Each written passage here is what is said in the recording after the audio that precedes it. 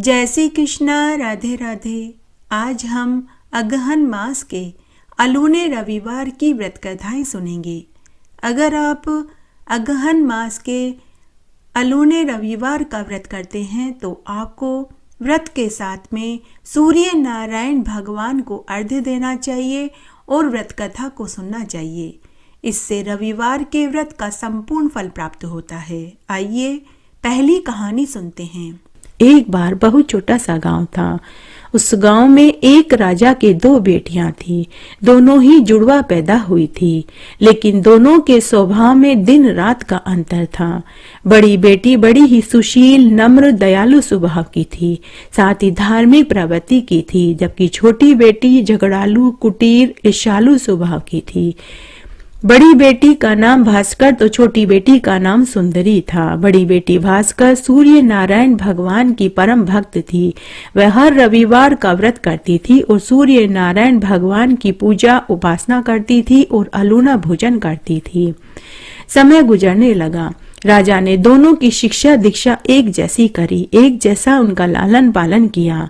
इस तरह समय गुजर रहा था। जब दोनों बेटियां विवाह लायक हुई तो उन्हें देखने के लिए एक बहुत सुंदर राजकुमार महल में आया। राजा ने अपनी दोनों बेटियों को उस राजकुमार को दिखाया। राजकुमार को भास्कर राजकुमारी पसंद आई तो उसने राजा रानी से कहा कि मुझे आपकी बेटी भास्कर पसंद है, मैं उसी से विवाह करना चाहता हूँ। राजा रानी ने स्वीकार कर लिया। शादी की तारीख निकलवाई गई। शादी का दिन आ गया। दरवाजे पर बारात आ गई, लेकिन सुंदरी राजकुमारी को यह सब पसंद नहीं आया। सुंदरी राजकुमारी सम राजकुमार से शादी करना चाहती थी तो उसने शादी से एक दिन पहले ही अपनी बड़ी बहन भास्कर को धोखे से कुएं में धक्का दे दिया और खुद उसकी जगह दुल्हन बनकर के बैठ गई। दोनों बहनें जुड़वा थी तो हम शक्ल थी।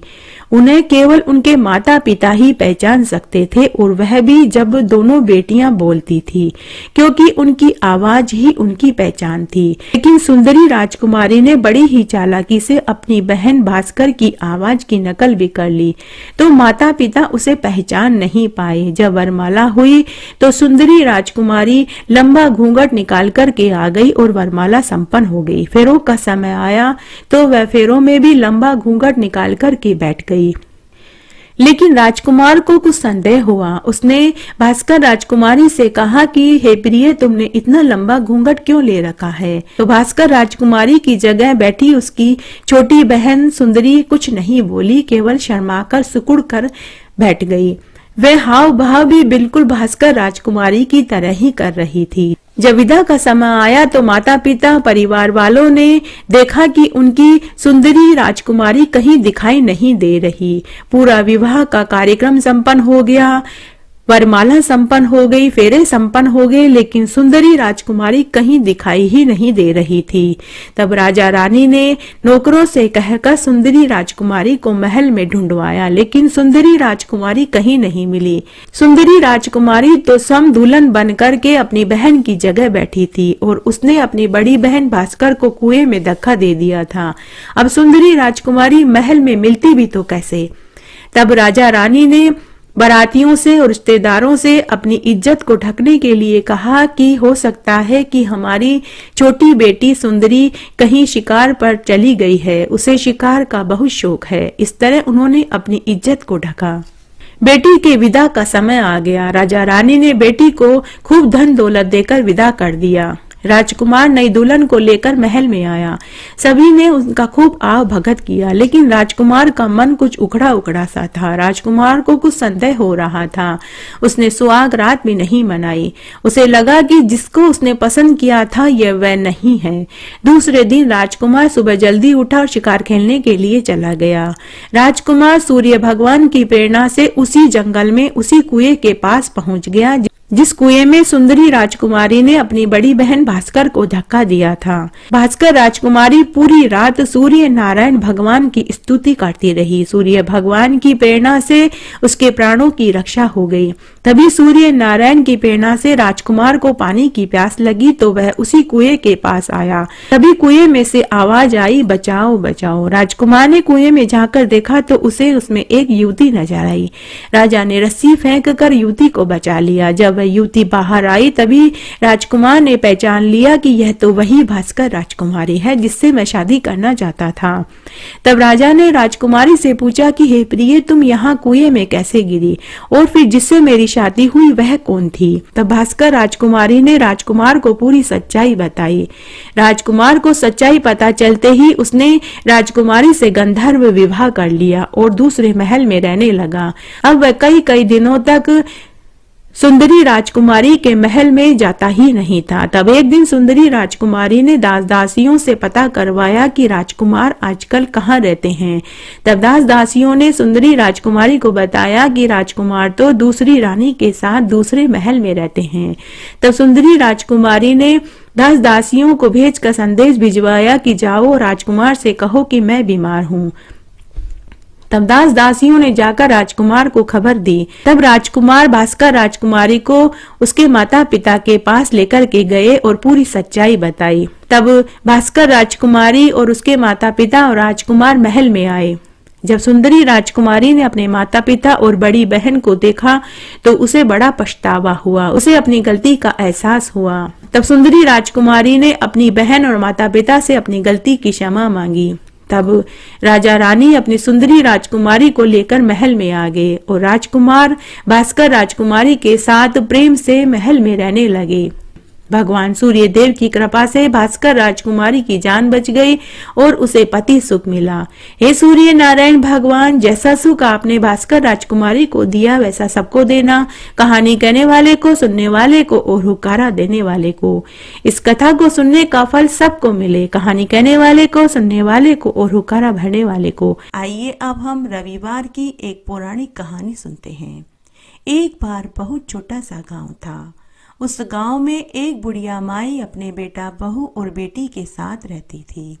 बुढ़िया की बेटी और उसकी बहू रोज खेतों में मजदूरी करने के लिए जाती थी। तब एक रोज की बात है, दोनों ननद भाभी मजदूरी करने खेत पर गई। वैशाख का महीना चल रहा था, बहुत तेज गर्मी थी, सूरज तप रहा था।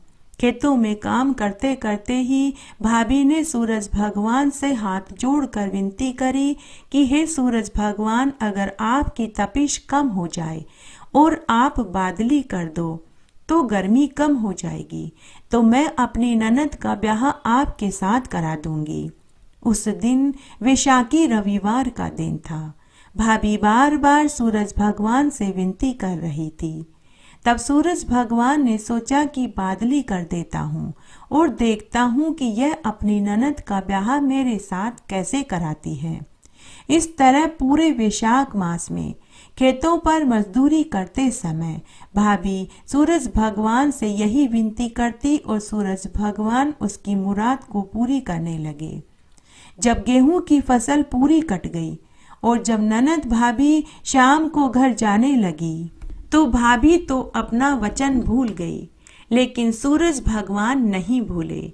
सूरज भगवान भाभी और ननद को खेतों की पगडंडी पर मिले और भाभी से बोले कि हे भाभी, तुम अपना वादा पूरा करो। तुमने कहा था कि बादली कर दो तो मेरी ननद आपसे ब्याह दूंगी। भाभी सोचने लगी कि मैंने तो ऐसे ही कह दिया था। तब भाभी को अपनी ननद का ब्याह सूरज भगवान से कराना पड़ा। उस दिन वैशाखी पूर्णिमा का दिन था। भाभी अकेले ही घर जाने लगी तो वह मनी मन सोचने लगी कि सास और पति ननद बाई की पूछेंगे तो मैं उन्हें क्या जवाब दूंगी। ऐसे सोचते सोचते वह घर पहुंच गई। घर पहुंचते ही उसकी सास ने अपनी बहू से कहा कि बहू, तू अकेली कैसे आई, मेरी बेटी कहाँ है। तो भाभी कुछ देर तक तो बोली नहीं, सोचती रही कि क्या बोलूं। तब सास और पति ने डांटते हुए पूछा तो उसने पूरी सच्चाई बता दी कि मैंने आपकी बेटी का विवाह सूरज भगवान से करा दिया। तब सास अपनी बहू से बोली कि अब मेरी बेटी मुझसे मिलने यहाँ कब आएगी। तो बहू ने कहा कि सासू माँ ननद बाईसा रविवार को ही आएगी। इस तरह 7 दिन निकल गए। 7 दिन बाद जब रविवार का दिन आया तो सूर्य उदय के समय भगवान सूरज अपने 7 घोड़ों के रथ पर बैठकर राणादेव को छोड़ने आए और छोड़कर चले गए। जब राणा दे की गांव की सहेलियों को पता चला कि राणा दे विवाह के बाद पहली बार मायके में आई है, तो उसकी सहेलियां राणा दे के पास उनसे मिलने के लिए आई और बोली कि आओ राणा दे हमारे साथ पचेटा खेलो। तो राणा दे ने इनकार कर दिया। तो उसकी सहेलियां राणा दे का मजाक उड़ाते हुए बोली कि हाँ भाई, अब तू हमारे साथ पत्थर के पचेटे से क्यों खेलेगी, तू तो सोने के पचेटे से खेलेगी, तेरा विवाह तो भगवान के साथ हुआ है। और ऐसा कहकर राणा दे के ऊपर उनकी सहेलियां जोर जोर से हंसने लगी और उन्हें ताने देकर चली गई। यह बात राणा दे को चुभ गई। संध्या के समय भगवान सूरज अपने 7 घोड़ों के रथ पर बैठकर राणा दे को लेने पहुंचे, तो राणा दे ने इनकार कर दिया कि हे भगवान, आप मेरे लिए सोने के पचेटे लेकर आओ, तभी मैं आपके साथ चलूंगी। तब दूसरे दिन सूरज भगवान ने एक बुढ़िया माई के साथ सोने के पचेटों की एक थैली राणा दे के लिए भिजवाई। लेकिन बीच रास्ते में ही उस बुढ़िया माई ने थैली खोल कर देख ली, तो उसे स्वर्ण का लालच आ गया। उसने सोने के पचेटे निकालकर उसमें पत्थर के पचेटे रखे और साथ ही उसमें बबूल के कांटे डाल दिए। बुढ़िया माई राणा दे को थैली पकड़ाकर चली गई और बोली कि यह थैली सूरज भगवान ने भिजवाई है। राणा दे समझ गई कि सूरज भगवान ने उसके लिए सोने के पचेटे भिजवाए हैं। राणा दे ने अपनी सभी सहेलियों को अपने घर पचेटे खेलने के लिए बुलाया। सभी सहेलियों के सामने राणा दे ने थैली में से सोने के पचेटे निकालने चाहे तो उसके हाथ में कांटे चुभ गए और अंदर से पत्थर के पचेटे निकले। यह देखकर राणा दे की सहेलियां ताना देते हुए हंसते हुए वहां से चली गई। उस दिन राणा दे को सूरज भगवान पर बहुत क्रोध आया। संध्या के समय फिर से सूरज भगवान अपने 7 घोड़ों के रथ पर बैठकर राणा दे को लेने के लिए पहुंचे। लेकिन राणा दे को भवन में बैठी थी, उनके हाथ में कपड़े की पट्टी बंधी हुई थी। तब सूरज भगवान ने राणा दे से उनकी नाराजगी का कारण पूछा। तो राणा दे ने सूरज भगवान से कहा कि हे स्वामी, अगर आपको सोने के पचेटे नहीं भिजवाने थे तो कोई बात नहीं, लेकिन थैली में आपने कांटे क्यों डाले? मेरे हाथ में कांटे चुभ गए हैं और मुझे बहुत पीड़ा हो रही है। फिर राणा दे ने सूरज नारायण भगवान को पूरी सच्चाई बताई। तब सूरज भगवान राणा दे से बोले कि हे प्रिय, मैंने सोने के पचेटे की थैली ही भिजवाई थी। लेकिन राणा दे को सूरज भगवान की बात पर विश्वास नहीं हुआ। तब सूरज भगवान ने अपने 7 घोड़ों को आदेश दिया कि सुबह से अब तक जो भी घटना घटित हुई वह राणा दे को अपनी आंखों से दिखाओ। तब सूरज भगवान के आदेश से 7 घोड़ों ने राणा दे को सुबह से शाम तक का सारा दृश्य दिखाया कि कैसे सूरज भगवान ने बुढ़िया माई को सोने के पचेटे की थैली दी थी और बीच रास्ते में बुढ़िया माई ने सोने के पचेटों को निकालकर पत्थर डाले और थैली में बबूल के कांटे डाले। यह सारा दृश्य घोड़ों ने दिखाया। यह देखने के बाद राणा दे की नाराजगी दूर हो गई। जब सूरज भगवान बुढ़िया माई को दंड देने लगे तो राणा दे ने उन्हें रोक दिया। हे सूर्य नारायण भगवान, जैसे आपने बुढ़िया माई की सुनी वैसी सबकी सुनना, कहानी कहने वाले की, सुनने वाले की और हुक्कारा भरने वाले की। इस तरह आज हमने चैत्र मास के 7 वार की कथा कहानियां सुनी। आशा करती हूँ आपको इन कथा कहानियों को सुनने का संपूर्ण फल प्राप्त होगा। अगर आप मेरे चैनल पर पहली बार आए हैं तो आपसे एक करुण रिक्वेस्ट है कि मेरे चैनल को सब्सक्राइब जरूर करें, साथ में बेल आइकन जरूर प्रेस करें ताकि मेरा आगे आने वाला वीडियो सबसे पहले आपको मिले। मेरे साथ बने रहने के लिए आपका धन्यवाद। आगे आने वाली कथा कहानी के लिए भी आप इसी तरह मेरे साथ बने रहें। धन्यवाद। एक बार एक गांव में एक सेठ सेठानी थे। उनके 4 बेटा बहू थे। 3 बहुओं का तो पीहर था, लेकिन चौथी बहू अनाथ थी। उसके मायके में कोई नहीं था। जब भी राखी, भाई दूज या कोई वार त्योहार आता तो तीनों बहुएं अपने अपने मायके जाने की तैयारी करने लग जाती और 2-2, 3-3 दिन तक मायके में रह कर आती और जब आती तो वहाँ से खूब सारे उपहार, मिठाइयाँ, गहने, कपड़े लेकर आती। लेकिन चौथी बहू हमेशा उन्हें देखकर उदास हो जाया करती थी। हर साल की तरह सेठ जी की सभी बहुओं ने पौष मास के अलूने रविवार का व्रत किया तो 3 बड़ी बहुओं के मायके से उनके भाई भौजाई ने उनके लिए गहने, कपड़े और मिठाइयाँ भेजी। तब चौथी बहू चुपचाप उन्हें देख रही थी। तब 3 बड़ी बहुओं ने छोटी बहू को ताना मारा, अरे ममता, तूने क्यों व्रत रखा है? तेरे कौन सा मायका है? तेरे कौन से भाई भौजाई हैं जो तेरे लिए कपड़े, गहने और मिठाइयाँ भेजेंगे? ऐसा कहकर तीनों बड़ी बहुएं चौथी बहू के ऊपर हंसने लगी। तब रविवार के व्रत के उद्यापन में सभी बहुएं अपने अपने पति और बच्चों के साथ मायके चली गई। छोटी बहू ममता उस दिन बहुत रोई। उस दिन वह व्रत भी नहीं खोल रही थी। उस दिन उसने भोजन भी नहीं खाया कि तभी उसके कमरे में आकाशवाणी हुई। आकाशवाणी ने कहा कि ममता उठो, मैं तुम्हारा भाई हूँ, तुम्हें लेने आया हूँ। आकाशवाणी सुनकर ममता एक बार तो डर गई, फिर थोड़ी हिम्मत करके बोली कि आप कौन हैं? मुझ दुखियारी ही मिली आपको हंसी उड़ाने के लिए। मेरा तो कोई नहीं है, न मेरा कोई मायका है, न ही कोई मेरे माता पिता और भाई भौजाई हैं। जब मेरे मायके में कोई है ही नहीं तो आप मेरे भाई बनकर कहाँ से आए हैं? तब आकाशवाणी ने पुनः कहा कि ममता, मैं सूर्य भगवान हूँ। तूने रविवार का अलूना व्रत रखा है तो क्या मेरा फर्ज नहीं बनता कि तुझे मैं भोजन खाने के लिए बुलाऊं?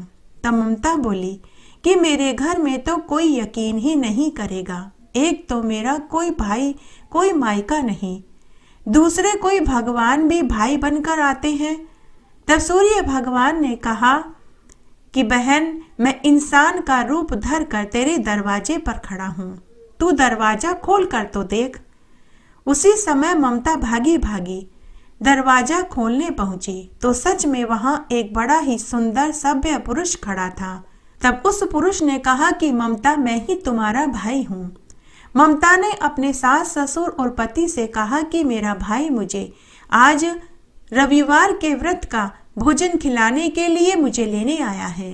तब सास, ससुर और पति ने कहा कि इतने बरस तुम्हारा भाई कहाँ था?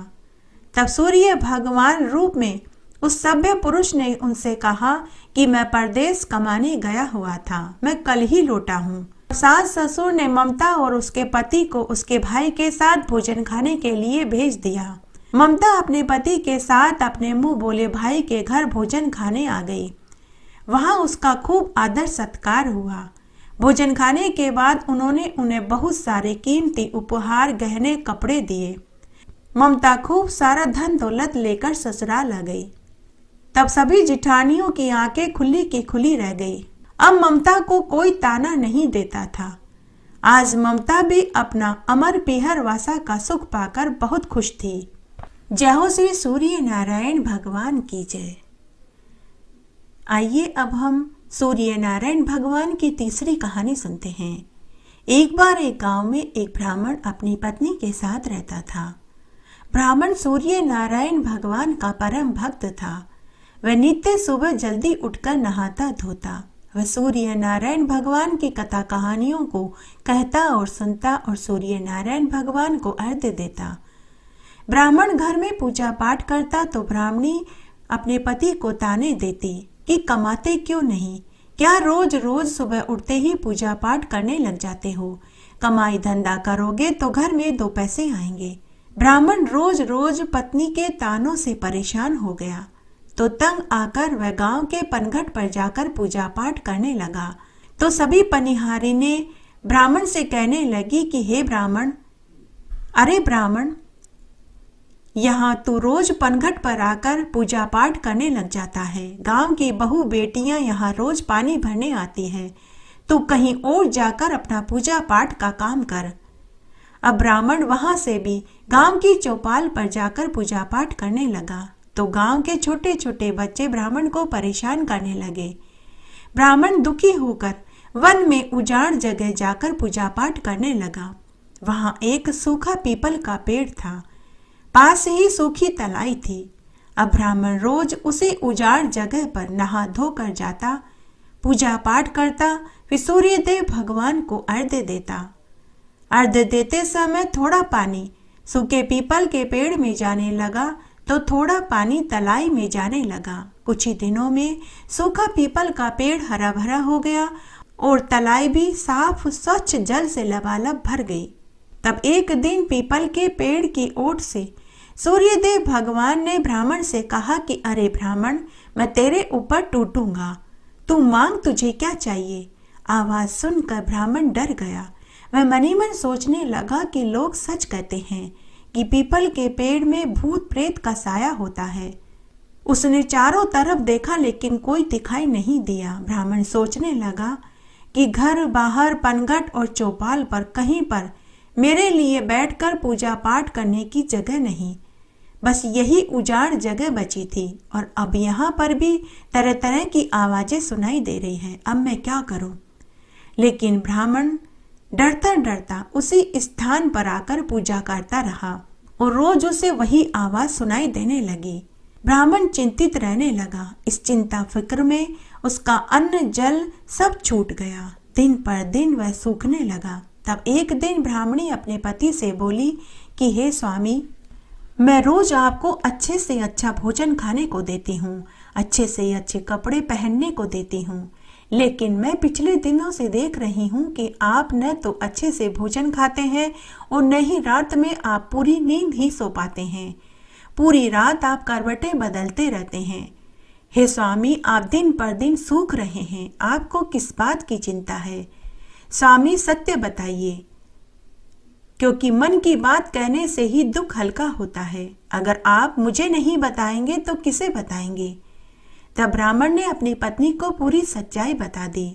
ब्राह्मणी बड़ी ही समझदार थी। ब्राह्मणी अपने पति से बोली कि हे स्वामी, आपके ऊपर तो सूर्य देवता खुश हुए हैं, अब की बार जब वे कहें तो आप उनसे सब मांग लेना। ब्राह्मण बोला कि भगवान, मुझे तो मांगना ही नहीं आता। तो ब्राह्मणी बोली कि जैसा मैं कहूँ आप वही मांग लेना।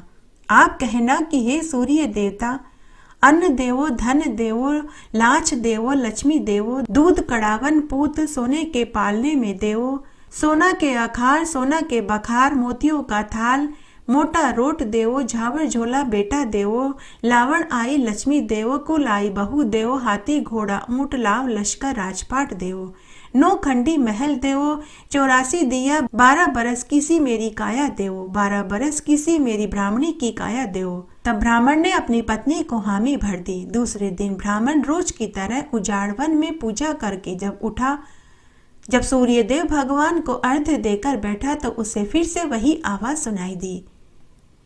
तो ब्राह्मण ने सूर्य देवता से सब कुछ मांग लिया जो ब्राह्मणी ने मांगने के लिए कहा था। हे सूर्य देवता भगवान, अन्न देवो, धन देवो, लाछ देवो, लक्ष्मी देवो, दूध कड़ावन पूत, सोने के पालने में देवो, सोना के आखार, सोना के बखार, मोतियों का थाल, मोटा रोट देवो, झावर झोला बेटा देवो, लावण आई लक्ष्मी, कुल आई बहू, हाथी घोड़ा ऊंट लाव लश्कर राजपाट देवो, 9 खंडी महल देवो, 84 दिया, 12 बरस की सी मेरी काया देवो, 12 बरस की सी काया मेरी ब्राह्मणी की देवो। तो सूर्य भगवान ब्राह्मण से बोले कि हे ब्राह्मण, तू दिखने में तो बड़ा ही भोला दिखाई देता था, लेकिन तूने तो एक ही वर में सब कुछ मांग लिया, पर जा, तेरे इतना ही हो जाएगा। पूजा करके ब्राह्मण घर आया तो उसकी टूटी फूटी झोपड़ी की जगह 9 खंडी महल खड़ा था और उसकी ब्राह्मणी की जगह 12 बरस की सी सुंदर युवती खड़ी थी। सोने के पालने में शिशु खेल रहा था। नौकर चाकर, हाथी घोड़े, ऊंट और दास दासियां इधर उधर घूम रहे थे। तभी झरोके में से ब्राह्मणी बोली कि हे स्वामी, भीतर आ जाइए, यह सब कुछ हमें सूर्य भगवान की कृपा से प्राप्त हुआ है। हमारे ऊपर तो सूर्य देवता भगवान टूटे हैं। इतना धन दौलत देखकर ब्राह्मण बोला कि अरे ब्राह्मणी, हम इतने धन का क्या करेंगे? तो ब्राह्मणी बोली कि हे स्वामी, धन से क्या नहीं होता, कुंवारी लड़कियों के ब्याह कराएंगे, लाहेड़ी के मुकलावे कराएंगे, यज्ञ हवन भागवत भंडारे करवाएंगे, पान देकर ब्राह्मण नूतेंगे, फूल देकर ब्राह्मण बुलाएंगे, बाद में सभी पंडितों, साधुओं, गरीबों को जिमाएंगे और सोने का टका दक्षिणा में देंगे। अब दोनों ब्राह्मण दंपति ऐसा ही करने लगे। पूरे गांव में सब ब्राह्मण की जय बोलने लगे। कोई भी राजा जी की जय नहीं बोल रहा था। तब गांव के कुछ जलने बुलने वाले लोगों ने इसकी शिकायत राजा से कर दी कि हे महाराज, हमारे गांव में एक ब्राह्मण है, सारे गांव वाले आपकी बजाय उस ब्राह्मण की जय बोल रहे हैं। तब राजा ने पहरेदार भेजकर गांव में से ब्राह्मण को महल में बुलवाया और इसका कारण पूछा। राजा ने कहा कि अरे ब्राह्मण, तेरे एक ही दिन में इतना धन दौलत कहाँ से हुआ? तूने चोरी करी, डाका डाला, क्या किया? मैंने सुना है कि सब मेरी जय बोलने की बजाय तेरी जय बोल रहे हैं। तो ब्राह्मण बोला कि हे महाराज, मेरे ऊपर तो सूर्य देवता भगवान टूटे हैं। तो राजा ब्राह्मण से बोला कि अरे ब्राह्मण, मेरे पास धन दौलत की कोई कमी नहीं है। अगर कोई कमी है तो मुझे संतान सुख अभी तक भी प्राप्त नहीं हुआ। तो ब्राह्मण, तू बता मुझे क्या करना चाहिए? तो ब्राह्मण बोला कि हे महाराज, आप अपने इन नगारों को उठा दो, सूरज भगवान को बैठा दो, रोज सुबह नहा धोकर सूर्य देवता को अर्घ्य देवो, हर रविवार का अलूना व्रत करो, सूर्य देव भगवान आपको जरूर पुत्र सुख देंगे। तब राजा ने ब्राह्मण से सूर्य भगवान के व्रत और पूजन की पूरी विधि जानी। 3 रविवार का व्रत करते ही रानी को गर्भ ठहर गया। 10वें महीने में रानी को सुंदर पुत्र पैदा हुआ। तो राजा ब्राह्मण की जय बोलने लगा। राजा ने पहरेदारों से कहा कि ब्राह्मण को बुलाओ, उसको हम ऊंचा करेंगे। ब्राह्मण महल में आया और राजा से बोला कि हे महाराज, मुझे ऊंचा बड़ा करने की बजाय सूरज भगवान को करो, वो सबकी मनसा पूरी करते हैं। सूरज भगवान ने ध्याऊं मन इच्छा फल पाऊं। हे सूर्य देवता भगवान, जैसे आपने ब्राह्मण को दिया, बाद में राजा को दिया, वैसा सबको देना, कहानी कहने वाले को, सुनने वाले को और हुकारा भरने वाले को। एक बार एक गांव में एक विधवा बुढ़िया माई अपनी बेटी के साथ रहती थी। बुढ़िया माई हर रविवार का व्रत करती थी। बुढ़िया माई रोज लोगों से भीख में आटा मांग कर के लाती थी और उस आटे की रोटी बनाकर सूर्य भगवान को चढ़ाती, उसके बाद ही भोजन खाती थी। बुढ़िया माई ने यह नियम ले रखा था। तब एक दिन बुढ़िया माई भीख मांग कर के लाई।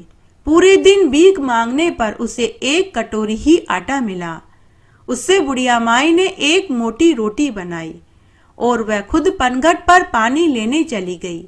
जाने से पहले बुढ़िया माई ने अपनी बेटी से कहा कि बेटी, मैं कुएं पर से पीने का पानी लेकर आती हूँ, तू रोटी का ध्यान रखना, कोई बिल्ली चूहा मुंह न लगा दे।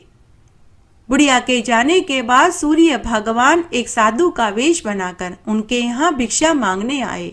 बुढ़िया की लड़की घर पर अकेली थी। उसने सोचा कि अगर साधु को रोटी नहीं दूंगी तो माँ डांटेगी। ऐसा सोचकर उसने उस मोटी रोटी का एक टुकड़ा तोड़कर साधु को दे दिया।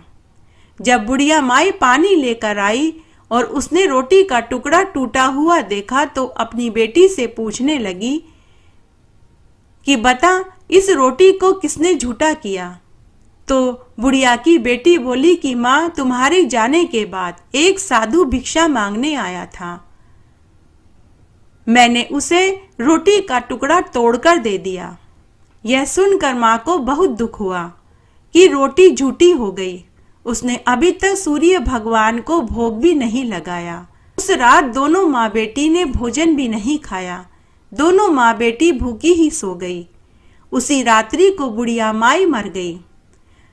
उसकी बेटी बहुत रोई। तब पड़ोसियों ने बुढ़िया माई का अंतिम संस्कार करवा दिया। अब उसकी लड़की लोगों के घरों से भीख मांग कर के खाने लगी। देखते ही देखते बुढ़िया की लड़की बड़ी हो गई। बड़ी होने पर वह बहुत सुंदर दिखाई देने लगी। तब एक दिन राजा का लड़का उसकी झोपड़ी के बाहर से गुजरा तो उस लड़की की सुंदरता पर वह मोहित हो गया। महल में आकर उसने अन्न जल त्याग दिया और उदास होकर बैठ गया। राजा रानी ने अपने पुत्र से उदासी का कारण पूछा। तब पुत्र ने कहा कि मैं उसी लड़की से विवाह करूंगा जो वह झोपड़ी में रहती है। राजा रानी ने अपने बेटे को बहुत समझाया, लेकिन राजकुमार नहीं माना। थक हार कर राजा रानी ने अपने राजकुमार पुत्र का विवाह भिखारिन की उसी लड़की से करवा दिया। बुढ़िया की लड़की जब महल में आई तो उसने अच्छा अच्छा भोजन देखा। ऐसा भोजन उसने आज से पहले कभी नहीं देखा था। कुछ ही महीनों में बुढ़िया की बेटी गर्भवती हो गई। राजा के और भी पत्नियां थी, लेकिन किसी से भी राजा को औलाद सुख की प्राप्ति नहीं हुई। राजा अपनी पत्नी से रोज पूछता कि तुम्हें क्या खाने की इच्छा है, तो वह लड़की मन ही मन सोचती कि मैंने तो कभी इतने अच्छे अच्छे पकवान खाए तक नहीं। हमेशा पहले माँ जिंदा थी तो वो भीख मांग कर लाती थी। माँ के मरने के बाद मैं भी लोगों के घरों में से ही भीख मांग कर के लाती थी। तो कभी मुझे लोगों के घरों से सूखी रोटी मिलती तो कभी घुघरी मिलती थी। मैं क्या जानूं इन पकवानों के क्या नाम हैं। मैं राजा से क्या कहूं कि मुझे क्या खाने की इच्छा है। तो रानी राजा से मना कर देती कि मुझे कुछ भी खाने की इच्छा नहीं है। फिर दूसरे दिन राजा ने फिर पूछा कि रानी तुम्हें क्या खाने का मन करता है, तो रानी ने फिर इनकार कर दिया। उसके बाद राजा शिकार खेलने चला गया। राजकुमारी उदास होकर अपने कमरे में बैठी थी कि तभी सूर्य भगवान वहां प्रकट हुए और बोले कि बहन तू उदास क्यों है। तो लड़की बोली कि एक दिन मेरी माँ ने रोटी का ध्यान रखने के लिए कहा था। तभी एक साधु आया। मैंने रोटी का टुकड़ा तोड़कर साधु को दे दिया। उसी रात मेरी माँ मर गई। अगर मैं रोटी का टुकड़ा तोड़कर साधु को न देती तो मेरी माँ नहीं मरती। मुझे बार बार यही दुख सताता है। तब सूर्य भगवान बोले कि बहन वो साधु कोई और नहीं मैं ही था। मैं तेरी माँ की परीक्षा लेने आया था। तू और तुम्हारी माँ अपनी परीक्षा में सफल हुए। तुम्हारी माँ की मृत्यु तुम्हारी वजह से नहीं हुई। उसकी मृत्यु का समय आ चुका था। बहन आज से मैं तेरा मुंह बोला भाई हूँ और तू मेरी मुंह बोली बहन है। तू मांग तुझे क्या चाहिए। तो लड़की बोली कि हे सूर्य देव भगवान मुझे घुघरी खाने का मन है। तभी उसके सामने एक कटोरी घुघरी आ गई। एक कटोरी घुघरी देकर सूर्य भगवान अंतर्ध्यान हो गए। राजकुमारी घुघरी खाने लगी कि तभी शिकार खेल कर राजा भी महल में आ गए। आते ही उन्होंने रानी से पूछा कि रानी तुम क्या खा रही हो। रानी ने घुघरी की कटोरी छुपाने की बहुत कोशिश करी। जैसे ही राजा ने कटोरी में देखा तो घुघरी सोने की हो गई। राजा ने कहा कि यह सोने की घुघरी कहाँ से आई। तो रानी ने कहा कि मेरे भाई भौजाई आए थे, वो ही देकर के गए हैं। राजा ने कहा कि तेरे भाई भौजाई तो बहुत पैसे वाले लगते हैं, कभी हमें भी तेरे भाई भौजाई से मिला। तो लड़की ने कहा कि जब मेरे पुत्र होगा तब मैं आपको मेरे भाई भौजाई से मिला दूंगी। फिर 9वें महीने में राजकुमारी को लड़का हो गया। जब लड़का 10 साल का हो गया तो राजा ने अपने बेटे से कहा कि बेटा तुम्हारे मामा मामी बहुत पैसे वाले हैं, लेकिन तुम्हारी माँ हमें कभी वहां लेकर नहीं जाती। तब बेटा अपनी माँ से जिद करने लगा कि माँ मैं अपने मामा मामी से मिलूंगा। तो राजकुमारी ने कहा कि बेटा मैं तुम्हारे मामा और मामी से पूछ कर के बताऊंगी। उसके बाद राजा शिकार खेलने चला गया और पुत्र सो गया। राजकुमारी फिर से उदास होकर बैठ गई कि तभी सूर्य भगवान वहां प्रकट हो गए और उदासी का कारण पूछने लगे। तो राजकुमारी सूर्य भगवान से बोली कि हे सूर्य देव भगवान मेरे पति और मेरा लड़का आपसे मिलना चाहते हैं, अब मैं उन्हें कहाँ मिलाऊं। तब सूर्य भगवान ने कहा कि बहन तुम उन्हें 1.25 प्रहर के लिए मेरे पास मिलाने ला सकती हो, लेकिन 1.25 प्रहर से ज्यादा तुम वहां नहीं ठहर सकती। अगर 1.25 प्रहर से तुम ज्यादा देर ठहरोगी तो मेरी और तुम्हारी दोनों की इज्जत चली जाएगी। तब लड़की सूर्य भगवान से बोली कि हे देव मैं उन्हें लेकर कहाँ आऊं। तो सूर्य भगवान बोले कि जिस दिशा में सूर्य उगता है तुम उसी दिशा में अपने पति और पुत्र को लेकर चली आना, वहां तुम्हें मेरी नगरी दिखाई देगी। दूसरे दिन राजकुमारी अपने पति और पुत्र को लेकर रथ में बैठकर उस दिशा की ओर चल दी जिस दिशा में सूर्य उगता है। चलते चलते बहुत देर हो गई। तब राजा अपनी रानी से बोले कि हे रानी, अभी और कितनी दूर चलना है, कि तभी एक सुंदर नगरी दिखाई दी। हाथी, घोड़े, ऊंट दिखाई दिए, सुंदर सोने का महल दिखाई दिया। तो राजकुमारी ने कहा कि वह जो सोने का महल है वही मेरे भाई भोजाई का घर है। सूर्य भगवान और उनकी पत्नी साधारण वेशभूषा में थे। उन्होंने उनका बहुत आदर सत्कार किया। 56 तरह के व्यंजन उनके सामने परोसे गए। थोड़ी ही देर में सवा प्रहर का समय बीत गया। राजकुमारी को अपने वादे के मुताबिक वहां से वापस जाना था। राजकुमारी ने अपने पति से कहा कि हे स्वामी, हमें वापस चलना होगा। तो राजा ने कहा कि हे प्रिय, अभी तो हम यहाँ 3-4 दिन और रुकेंगे। कौन सा ससुराल में हम रोज रोज आते हैं। लेकिन राजकुमारी को असलियत मालूम थी, तो उसने जिद पकड़ ली कि नहीं महाराज, हमें आज ही जाना होगा। मेरी बाईं आंख फड़क रही है, हमारे राज्य में कुछ अनहोनी होने वाली है। यह सुनकर राजा कुछ नहीं बोल पाए।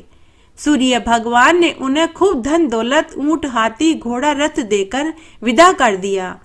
जब वे आधे रास्ते में आ गए तो राजा को याद आया कि उनकी सोने की तलवार तो वहीं रह गई। राजा ने राजकुमारी से कहा कि हे रानी, मेरी सोने की तलवार तुम्हारे भाई के घर ही रह गई है, चलो वापस चलकर तलवार लेकर आते हैं। लेकिन रानी ने मना कर दिया कि मेरे भाई ने इतना धन, सोना, चांदी उपहार में दिया है, हम दूसरी तलवार खरीद लेंगे। लेकिन राजा नहीं माने। तब रानी ने कहा कि आपको जाना है तो आप जाइए, मैं रथ और सामान के साथ पुत्र को लेकर महल जा रही हूँ। तब राजा एक सिपाही को लेकर वापस उसी जगह पर गए, लेकिन अब की बार वहां कुछ नहीं था। दूर दूर तक खाली मैदान पड़ा था। चील कौवे मंडरा रहे थे। घना बियावान जंगल था। दूर तक धूल भरी आंधी चल रही थी। यह देखकर राजा का माथा ठनका। तभी राजा को पेड़ के ऊपर उसकी तलवार लटकती हुई दिखाई दी। राजा ने अपनी तलवार ली और वापस महल में आ गए। आते ही रानी से पूछने लगे कि रानी, सच सच बताओ, तुम कौन हो? जादूगरनी हो या कोई टोने टोटके जानती हो? जहां तुम अपना भाई का घर बता रही थी वहां तो जंगल ही जंगल था। तुम सच सच बताओ, नहीं तो इसी तलवार से तुम्हारी गर्दन काट दूंगा।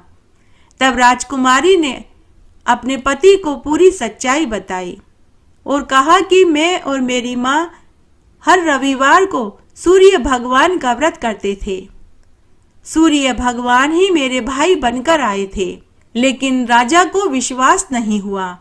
तभी वहां आकाशवाणी हुई। आकाशवाणी ने कहा कि हे राजन, यह रानी और इसकी माँ मेरी परम भक्त थी। वो हर रविवार का व्रत करती थी और मेरे नाम की रोटी निकालती थी और अलूना भोजन करती थी। मैं इसका भाई बनकर पग पग पर इसकी मदद करता हूँ। आकाशवाणी सुनकर राजा को अपनी गलती का एहसास हुआ। राजा ने सूर्यदेव भगवान से माफी मांगी।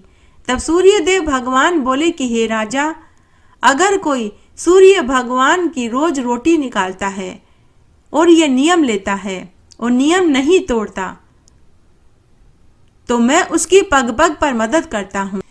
इस कथा को, कहानी को सुनने का फल सबको मिले। कहानी कहने वाले को, सुनने वाले को और हुक्कारा भरने वाले को। रविवार की 5वीं कहानी। सूर्य नारायण भगवान सबको बराबर प्रकाश देते हैं। वो किसी में कोई भेदभाव नहीं करते, चाहे वह अमीर हो, गरीब हो, चाहे मनुष्य हो, जिनावर हो, पेड़ पौधे हो, पहाड़ हो, नदियां हो, पानी हो, सभी के ऊपर वे बराबर प्रकाश डालते हैं। वे रोज सुबह जल्दी उठकर सभी को प्रकाश देते हैं। शाम होने पर ही वे घर आते हैं और खाना खाकर वापस सुबह अपना काम करने के लिए निकल जाते हैं। तब एक दिन सूर्य नारायण भगवान ने देखा कि उनकी पत्नी दिन बर दिन सूखती जा रही थी। उनके हड्डियां निकल आई थी और बहुत कमजोर दिखाई दे रही थी। सूर्य नारायण भगवान ने अपनी पत्नी से पूछा कि हे प्रिय, तुम तुम दिन पर दिन क्यों सूखती जा रही हो। लेकिन राणा दे सूरज भगवान से कुछ नहीं बोली। तब एक दिन सूर्य नारायण भगवान ने गुजरी का वेश बनाया और राणा दे के पास दही बेचने आए। तब गुजरी वेश में सूरज भगवान ने राणा दे से पूछा कि बहन, तुम आजकल बहुत कमजोर हो गई हो, क्या कोई चिंता फिकर है? क्या तुम्हें खाना अच्छा नहीं मिलता? क्या बात है? तब सूर्य भगवान की पत्नी बोली कि बहन, क्या बताऊं, मेरी सास 2 पेट की हांडी में खाना बनाती है। एक में खीर खांड का भोजन बनाती है तो दूसरी में खट्टी राबड़ी बनाती है। मेरी सास सोम और सूरज भगवान को तो रोज खीर खांड का भोजन परोसती है और मुझे खट्टी राबड़ी परोसती है। रोज रोज खट्टी राबड़ी खानी अच्छी नहीं लगती, इसीलिए दुखी और परेशान हूँ और भूखी रहती हूँ तो कमजोर हो गई हूँ। तब राणा दे गुजरी से बोली कि बहन, तू मेरी बात गांव में किसी से मत कहना। तब गुजरी वेश में सूर्य नारायण भगवान बोले कि बहन, सूर्य नारायण भगवान सब ठीक कर देंगे, तुम चिंता मत करो। अब गुजरी वेश में सूर्य नारायण भगवान को सब मालूम चल चुका था। शाम को रोज की तरह जब सूरज भगवान और उनकी पत्नी और उनकी माँ खाना खाने बैठे तो उनकी माँ ने सम के लिए और सूरज भगवान को खीर खांड का भोजन परोसा और राणा दे को खट्टी राबड़ी परोसी। सूरज भगवान ने माया रची और अपनी थाली राणा दे से बदल ली। उस दिन राणा दे ने जमकर खीर खांड का भोजन खाया और सोने के लिए चली गई। लेकिन सूरज भगवान ने 2-4 घास खाए और भोजन छोड़ दिया। तब उनकी माँ ने कहा कि बेटा, आज खाना क्यों छोड़ दिया? क्या तुम्हारी तबीयत ठीक नहीं है? तब सूरज भगवान बोले कि माँ, मैं पूरी दुनिया में एक सा प्रकाश सभी पर डालता हूँ, मैं नियम का पालन करता हूँ, लेकिन मेरे ही घर में 2 पेट की हांडी चूल्हे पर चढ़ाई जाती है, जिसमें एक में खीर खांड का भोजन और दूसरी में खट्टी राबड़ी बनाई जाती है। मैं दुनिया को क्या संदेश दूंगा? आज के बाद 2 पेट की हांडी चूल्हे पर नहीं चढ़ेगी, मेरे घर में एक जैसा भोजन बनेगा। तब उनकी माँ को भी अपनी गलती का एहसास हुआ। तब सूरज भगवान ने अपनी माँ से पूछा कि माँ, कौन सा कुमार है जो 2 पेट की हांडी बनाता है? तब उनकी माँ ने रतन कुमार का नाम बताया। तब सूरज भगवान रतन कुमार के पास गए और पूछा कि क्या तुम्हारे पास 2 पेट की हांडी मिलेगी? तो रतन कुमार मन ही मन सोचने लगा कि इनकी माँ तो मुझे 1 हांडी का 1 सोने का सिक्का देती है, ये तो भगवान है, ये तो मुझे ज्यादा सोने की मुहर देंगे। तो रतन कुमार ने कहा कि मेरे पास एक क्या कई हांडियां मिलेगी। तब सूरज भगवान ने कहा कि आज के बाद अगर तुमने 2 पेट की हांडी बनाई तो मैं तुम्हारे पेट के 100 हिस्से बना दूंगा। तो कुमार हाथ जोड़कर भगवान से क्षमा मांगने लगा और बोला कि 1 पेट को भरना ही मुश्किल हो रहा है, अगर 100 पेट हो जाएंगे तो जीना मुश्किल हो जाएगा। आप मुझे क्षमा कर दीजिए, आज के बाद मैं 2 पेट की हांडी नहीं बनाऊंगा। उसके बाद से दुनिया में 2 पेट की हांडी बननी बंद हो गई। जय हो सूर्य नारायण भगवान की, जिन्होंने दुनिया में 2 पेट की हांडी बनानी बंद करवा दी। घटती हो तो पूरी हो तो परवान चढ़े, भूले बिसरे नाम तेरे भंडार में भरे। इस तरह आज हमने रविवार की 5 कहानियां सुनी। आशा करती हूँ यह आपको जरूर पसंद आएगी। मेरे साथ बने रहने के लिए आपका धन्यवाद। आगे आने वाली कथा कहानियों के लिए भी आप इसी तरह मेरे साथ बने रहें। धन्यवाद।